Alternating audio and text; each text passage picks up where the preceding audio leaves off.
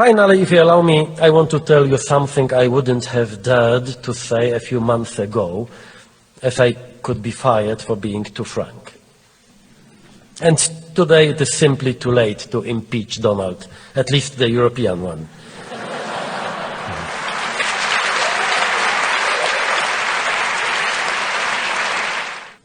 Now turning to the French president, one of the undisputed leaders of the European Union and our hope for the future, and my dear friend. I want to tell him that I share his dream of a truly sovereign Europe. I am convinced that we are capable of it, on condition that we will act as a sovereign.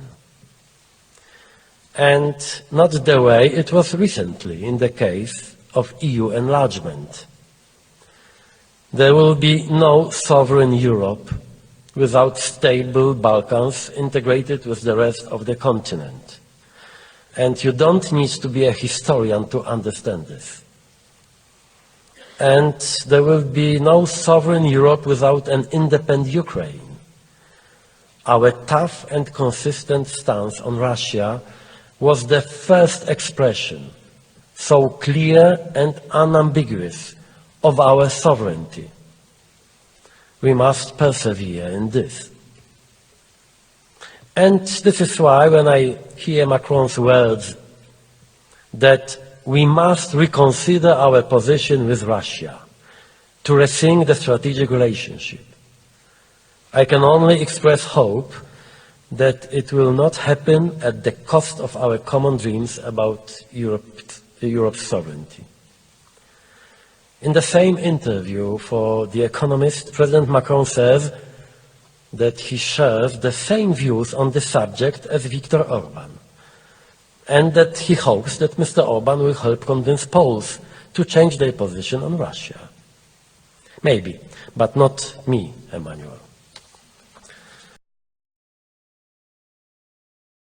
I have heard repeatedly from Brexiteers that they wanted to leave the European Union to make the United Kingdom global again, believing that only alone it can truly be great.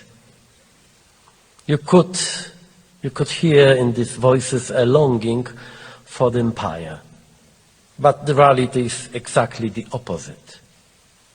Only as part of a united Europe can the UK play a global role. Only together can we confront, without any complexes, the greatest powers of this world. In fact, I can say the same about Germany or France. And the world knows it.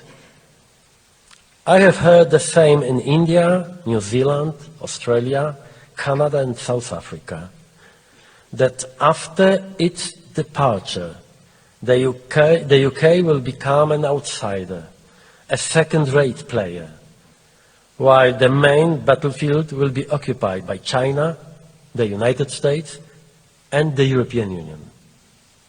Why are they doing this? I was asked this regretful question everywhere I went.